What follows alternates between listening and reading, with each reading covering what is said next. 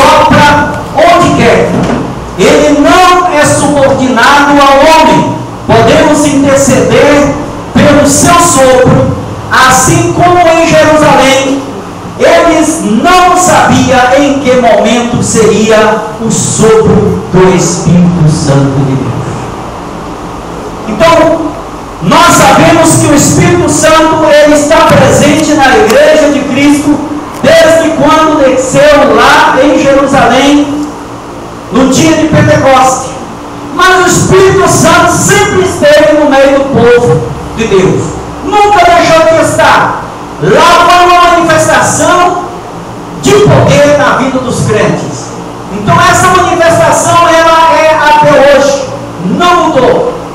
A manifestação do Espírito Santo ela está dentro da igreja. A igreja que não tem a manifestação do Espírito Santo é uma igreja vazia. É uma igreja morta espiritualmente. Porque o Espírito Santo é que anima o crente. É o Espírito Santo é que dá alegria ao crente. É o Espírito Santo é que ensina o crente qual o caminho que ele deve andar. É o Espírito Santo que intercede quando o crente está fraco na fé. É o Espírito Santo que também anima o crente na hora do seu sofrimento ou mesmo na hora da sua dor. É o Espírito Santo que mostra que Jesus vai voltar. Então, sem o Espírito Santo na vida da igreja, a igreja acaba estando fria, totalmente fria, porque ele não tem ânimo para buscar, não tem ânimo para orar, não tem ânimo para glorificar, não tem ânimo para fazer nada que leve a ele ao céu, à presença de Deus.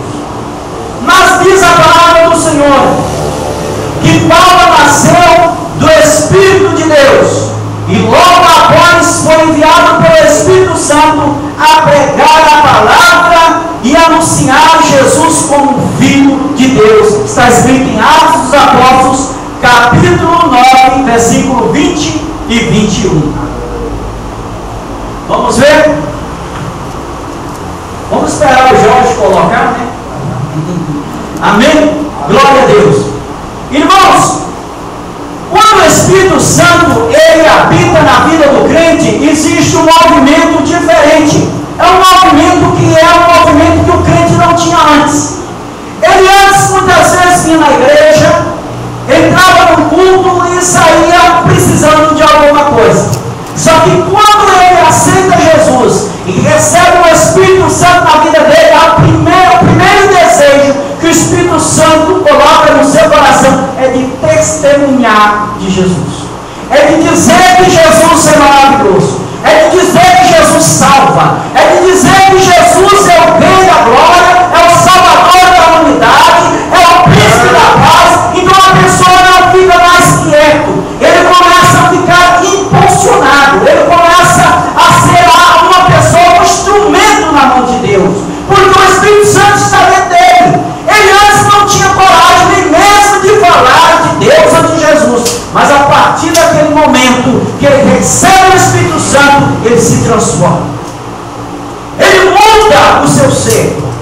E Paulo não foi diferente. Quem era Paulo? Paulo era o mesmo Saulo de Tarso, um homem que tinha uma doutrina judaica, uma doutrina que era contra os preceitos de Jesus Cristo, os ensinamentos de Jesus. Era um perseguidor do povo de Deus, era um perseguidor dos filhos de Deus, daqueles que tinham nascido em Cristo. Aquele homem, aonde ele chegava, todo mundo tinha medo, principalmente os crentes.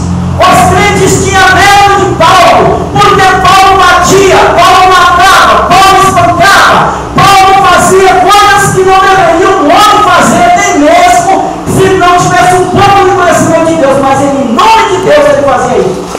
E era interessante que era em nome de Deus, só que Paulo, que era o Saulo, não tinha o Espírito Santo de Deus na vida.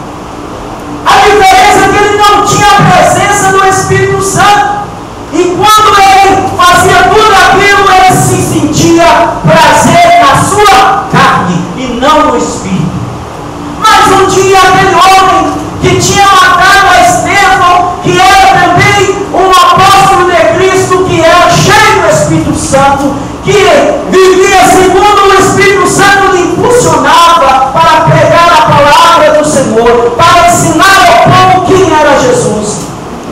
E Paulo então foi com uma carta de Damasco para matar aqueles crentes que tinha ali.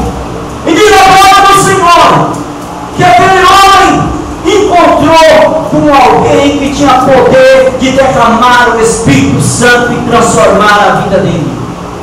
E havia um grande clarão, aquele homem viu, e de repente ele ficou cego, ele não conseguiu ver mais nada. Mas diz a palavra do Senhor que Jesus diz: Saulo, Saulo, por que tu me persegues? Tu vai recalcitrar contra os meus aguilhões, quer dizer, contra os meus ferrolhos, contra aquilo que me machucou tanto. Vai ao homem chamado Ananias, e ele vai fazer uma oração por ti, porque Ananias era cheio do Espírito Santo. Aleluia. Ananias tinha o Espírito Santo. E quando Saulo chegou aqui, Deus já tinha avisado, porque quando o crente é cheio do Espírito Santo, é diferente. Deus avisa antes de acontecer qualquer coisa. E ali Saulo, ele recebeu a oração de um homem cheio do Espírito Santo.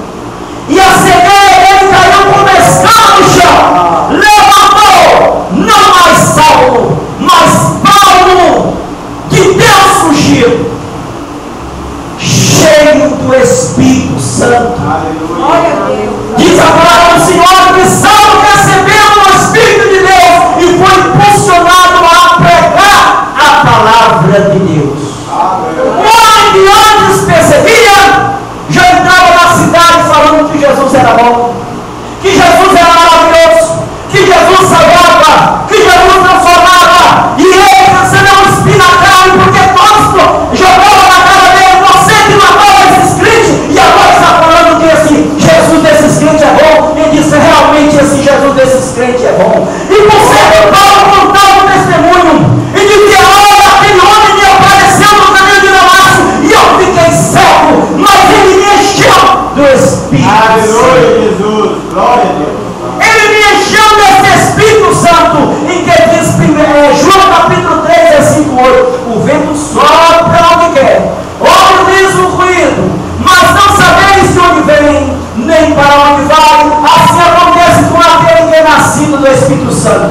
Foi o que eu disse: quando a igreja é cheia do Espírito Santo, ela não se manda mais em si próprio, porque o Espírito Santo diz: Maria, levanta e faça uma campanha na casa de fulano, ela vai.